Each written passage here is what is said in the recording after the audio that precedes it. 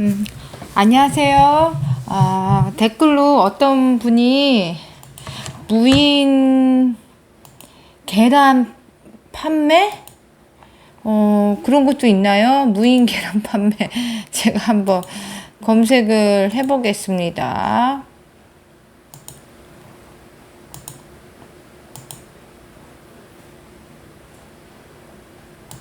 무인 계란 판매에 대해서는 어떻게 생각하냐고 문의 주셨는데, 계란. 왜 안 되죠? 무인 계란. 무인 계란 판매점. 달걀 무인 편의점이 생겼네요, 벌써. 저는 한 번도 구경을 못 했는데, 주위에 생긴 걸 못 봤거든요. 무인, 무인, 에그, 계란만 파는 건가요? 계란. 있네요.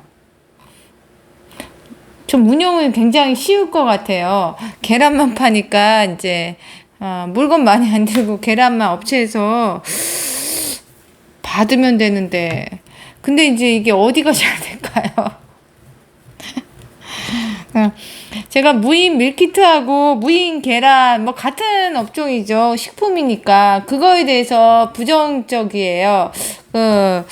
점주님들 중에서는 이제 요거 무인 밀키트나 이런 거 하셔가지고 수익이 좀 많이 나시는 분이 있는지는 모르겠어요.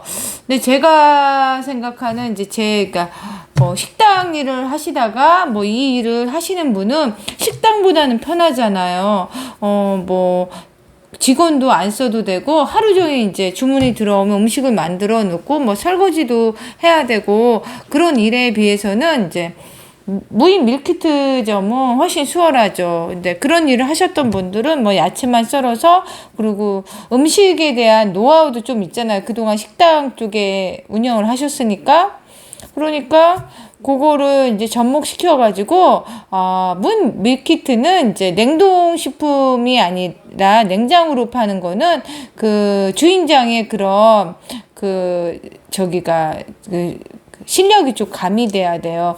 내용물이 뭐 그 안에 소스나 이런 거 다 들었다고 해도 야채를 어떻게 이제 얼마큼 넣고 싱싱하게 유지할까 뭐 재고 관리 이런 거를 좀 잘하시는 분이 하시는 게 낫죠. 하지만 무인 밀키트 이렇게 포장해서 파시는 일은 이제 직장 다니면서 이제 아니 투잡으로 젊은 남성분이 한다고 하면 저는 이제 못하게 말려요.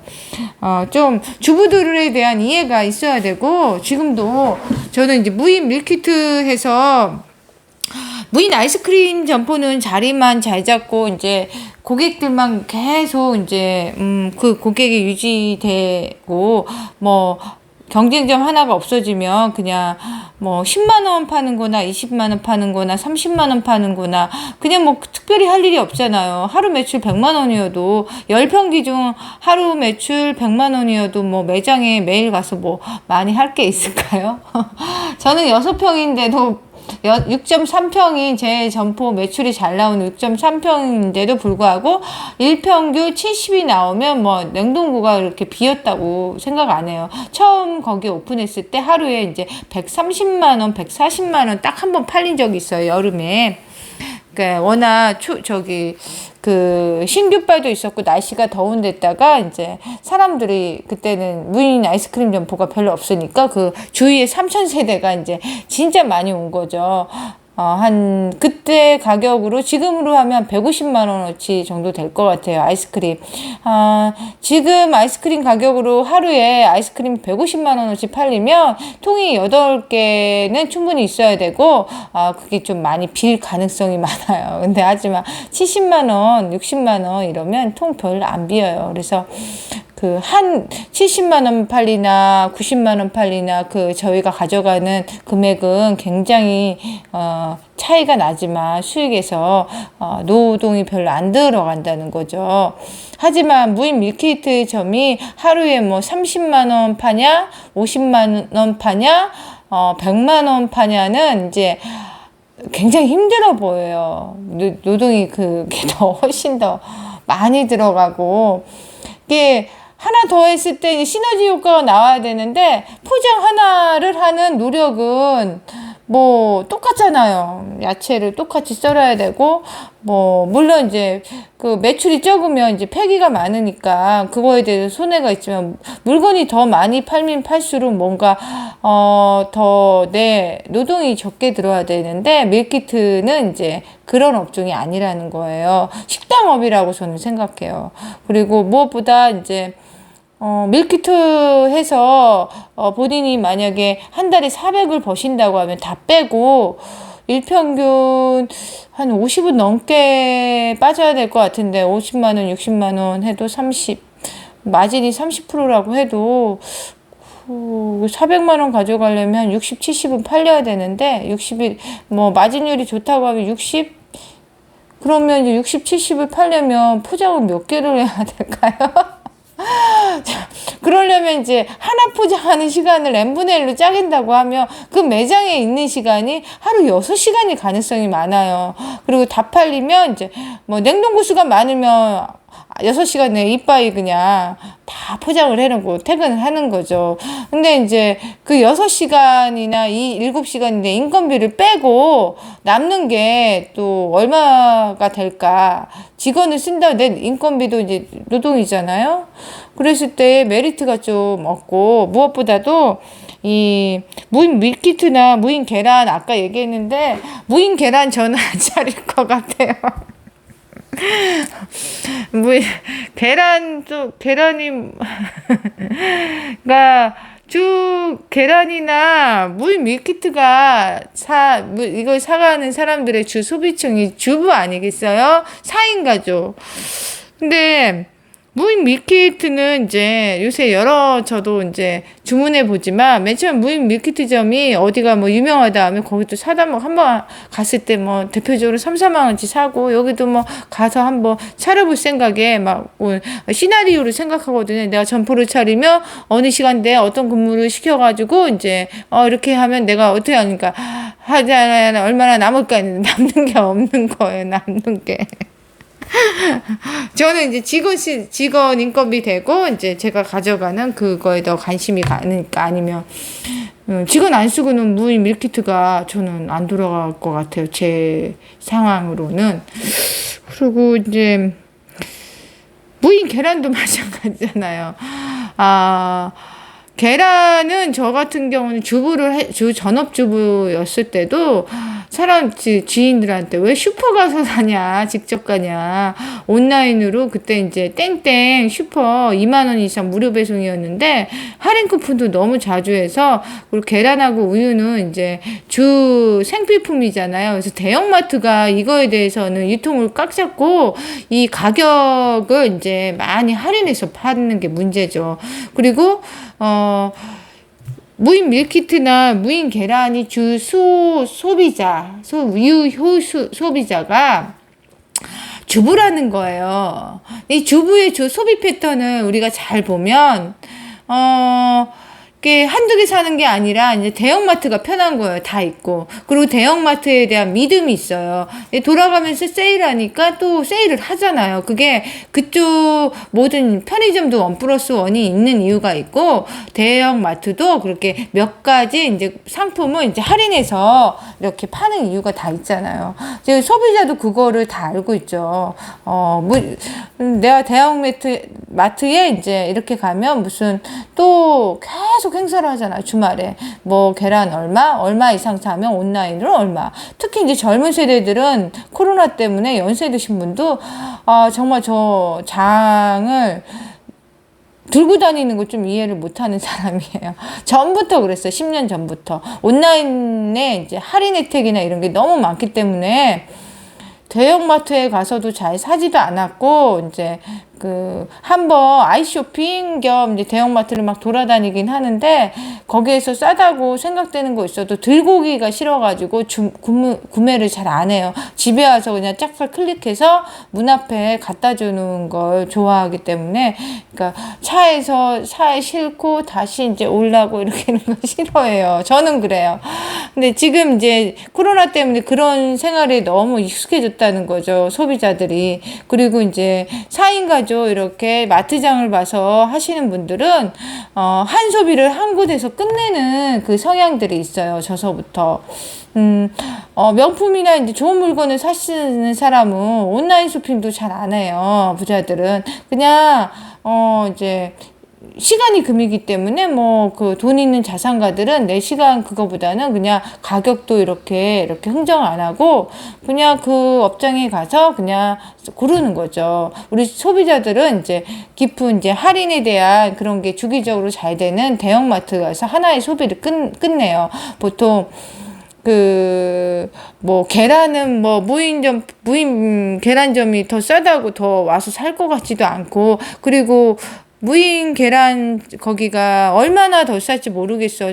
일반 시중가보다 계란이, 저희 편의점에도 계란이 들어오지만 계란이나 야채나 이런 우유나 이런 게 편의점에도 20% 마진으로 들어와요. 크게 마진이 남는 것들이 아니에요. 물류 비용이 많이 들어서 편의점의 납품가가, 공산품은 30%, 음료는 행사하는 거 50%까지 이제 할인돼서 많이 들어오지만 그런 성격에 있는 계란들을 거기 얼마나 싸게 공급하느냐, 저는 그거에 대해서도 이제 부정적이죠.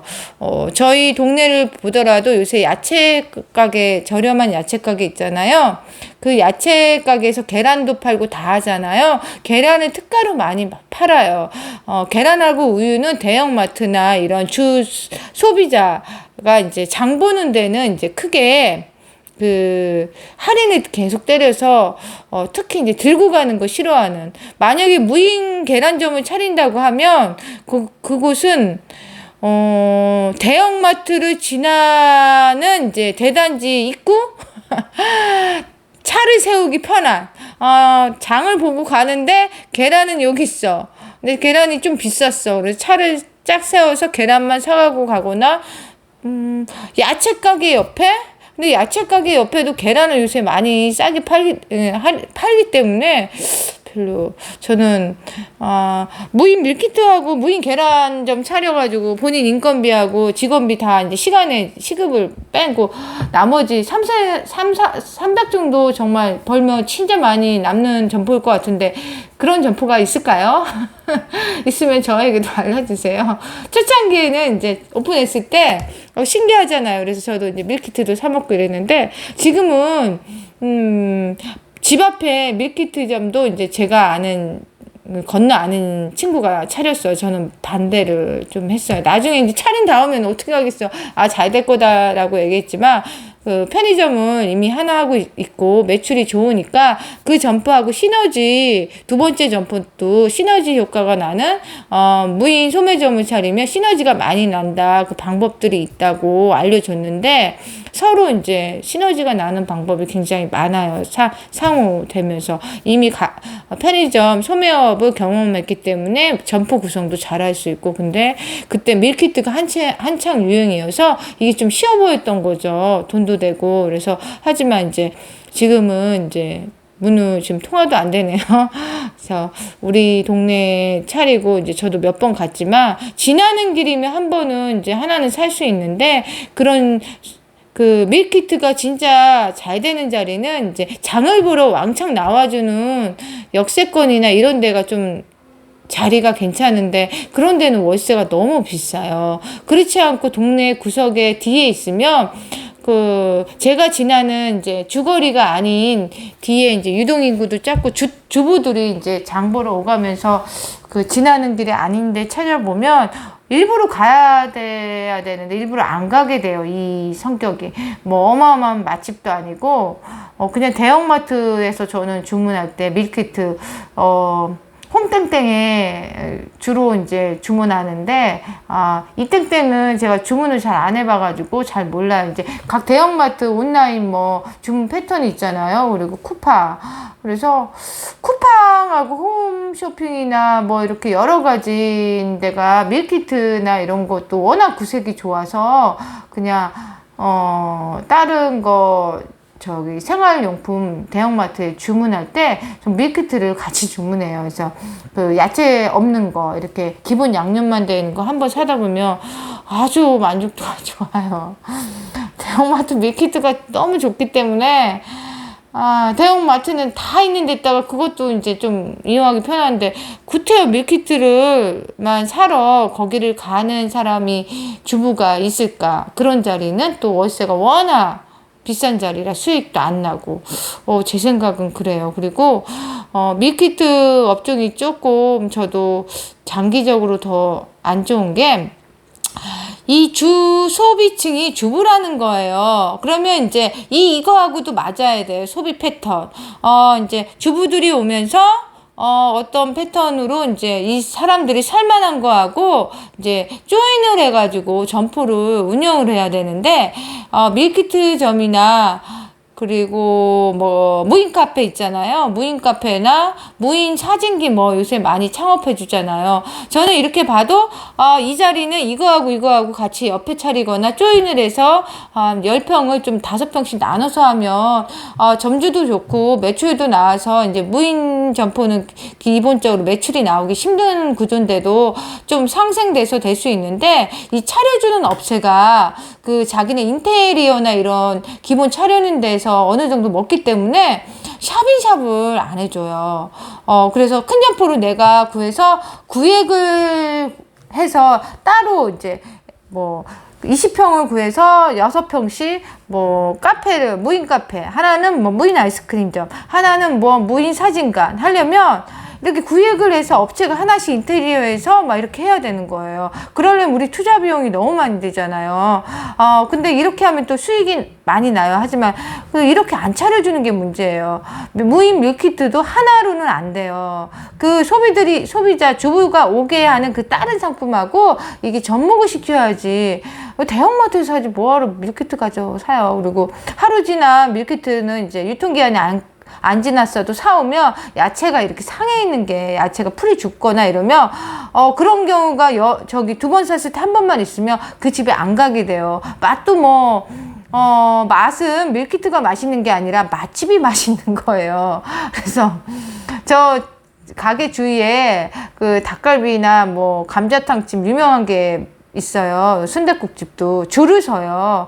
제가 그 편의점 차린 이유 중에 하나죠. 또 한 몇 년 전에 맛집 옆에 있으면 그냥 여기 추가 매출이 나니까 이제 주말 매출이 안정화되거든요. 원룸단지 사람들이 주말에 외출을 해도 그런 외부 사람들이 와서.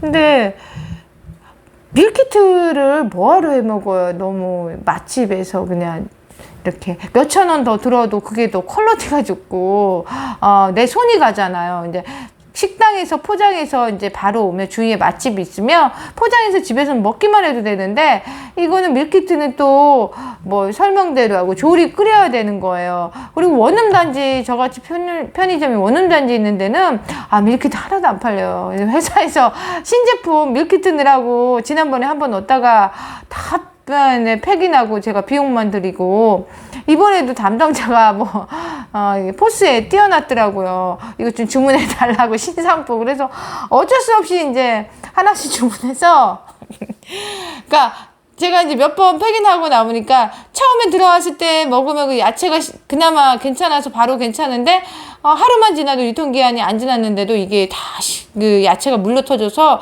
야채를 쓸 수가 없어요. 그래서 이번에도 딱 2개를 주문해서, 주문은 이제 받자마자 그냥 바로 이제 폐기 처리하고, 폐기가 그냥 제가 비용이 원가를 내는 걸 폐기라고 그래요. 그래서 처리하고 집에 와서 이제 뭐 고기 볶음이었는데 그냥 해서 애들 줬고 그냥 그랬어요. 그냥 식당에서 사 먹는 게 나아요. 밀키트, 편의점 밀키트는 사라는 얘기 절대 사지 마세요. 별로 살 게 없어. 가격도 비싸고.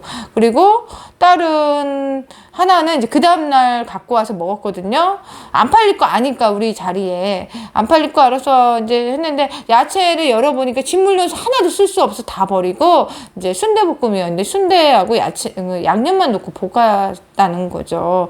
그래서 밀키트 물론 이제 수익이 나고 이럴 것 같은데 저는 이제 하나 구상이 이제 무인 소매점으로 이렇게 조금 한 점포를 한번 바꿔보고 투자 비용이 들고 이 제가 세 번째 차린 점포는 이제 아이스크림 점포나 이런 게 대자리가 아니에요. 처음부터 알았지만 요쪽 편의점 매출을 조금 이쪽으로 조금이라도 옮겨올 수 있는지 투자비를 좀 들여서 하면서 이 원룸단지나 요새 물가가 비싸니까 냉동으로 된 그 납품처가 중요하죠. 납품만 좀 저렴하게 받을 수 있는 냉동 파스타 이런 거 저렴하게 팔아서 한 번 먹었는데 이게 괜찮은 거예요. 이런 밀키트는 굉장히 힘들어요. 재구매가 계속 일어나야지 주기적으로 되는데 하루 뭐 냉동 파스타 뭐 그 다음날 안 먹잖아요. 커피는 하루 먹고 그 다음에 또 먹는 거죠. 재매출이 그 고객이 저희 편의점에도 하루에 레시피를 사가시는 분이 있는데 아침에 오시고 점심에 오시고 저녁에 오세요. 그러니까 근데 어제 레시피가 없었어요. 내가 주문하는 거 여유롭게 놨는데 어제 매장에 오니까 주말에 이거 지난주에 주문을 못 해가지고 처음으로 레시피가 없더라고요. 이거 큰일이다. 주상품이 이렇게 빠져있으면 이게 굉장히 안 좋거든요. 그 고객이 오늘은 안 왔어. 어제 레시피가 없었거든. 그래서 큰일이다. 계속 하루에 3개씩. 그냥 이분이 열흘에 이제 30개씩 여름이면 30개 아니에요. 이런 분이 이제 주 매출인 거예요. 특별히 지나가다가 하나 사고 이런 건 주 매출이 아닌 거죠. 그래서 밀키트 같은 경우는 냉동 밀키트를 넣어가지고 성공을 하거나 이러려면 이 시간도 걸리고 이렇게 해서 가성비가 괜찮네 하고 이제 한번 먹어보고 이제 몇 달 후에 여기 또 왔는데 이거 괜찮았어. 이제 가격도 괜찮고. 가격이 비싸면 그냥 식당이 있기 때문에 식당에서 포장해다가 먹는 게 훨씬 더 나아요. 원룸단지 사람들 그거 선호하고. 하지만, 좀 가격이 3,000원대고 저렴한 그 떡볶이든 뭐 이런 밀키트 업체가 있으면 한번 저는 이제 납품을 받을 수 있으면 조금씩 장기적인 이제 생각으로 처음에는 폐기가 계속 나고 이제 안 팔려요. 쉽게 안 팔린다니까요. 그래서 그거를 시도를 해보려고는 해요. 하지만 냉장 밀키트는 절대 힘들어요. 야채를 다듬어야 되고 야채 하루 이렇게 그래서 실제 밀키트를 해서 대단하게 이제 매출이 좀 나와 그러면 그런 점포는 직원을 아침부터 한 11시 정도부터 한 7, 8시까지 쓰면서 팔리는 대로 하나 포장은 이제 적당히 해놓고 재고 예를 들어 6개를 가져가라 그러면 하나가 팔렸어요. 하나 이렇게 만들어 놓고 해가지고 재고 관리를 해서 고객들 인식에 여기는 항상 가면 맛도 그냥 괜찮고 야채도 항상 싱싱해. 이게 믿음이 이제 한 6개월 형성돼서 이제 그 고객이 계속 주기적으로 이제 올 수 있게 해줘야지만 그 밀키트점이 성공한다고 생각해요. 그래서 그러려면 이제 그거 전업으로 해야 될 것 같아요. 주부인데 이제 반나절은 내가 거기 가서 충분히 일할 수 있어. 그리고 내가 그 재고 관리도 이건 식품 음식업이기 때문에 재고 관리가 굉장히 중요해요. 공산품이나 냉동고 거는 그냥 갖다 놓기만 하면 알아서 팔리잖아요. 그래서 제가 이제 무인 계란점은 이제 계란점 사장님 싫어하실지 모르겠지만 저는 글쎄요, 몇 개 팔면 괜찮을까요? 계란만 계란 많이 쌀까요? 시중 가격이면 절반 가격 하면 대박이죠. 아파트 단지 사람 다 몰려와요. 근데 그렇게 과연 팔 수 있는 가격인가? 그런 상품들이, 생물들이나 이런 상품들이 마진율이 높은 상품이 아닌데, 과연 그렇게 납품을 농가에서 직접 받나요? 직접 받으면 그게 될 것 같은데, 쉬운 거 치고 돈 되는 건 별로 없어요. 좀 제 생각은 그래요. 참고만 해주시고 한번 무인 계란점 주위에 있으면 한번 방문해 보겠습니다.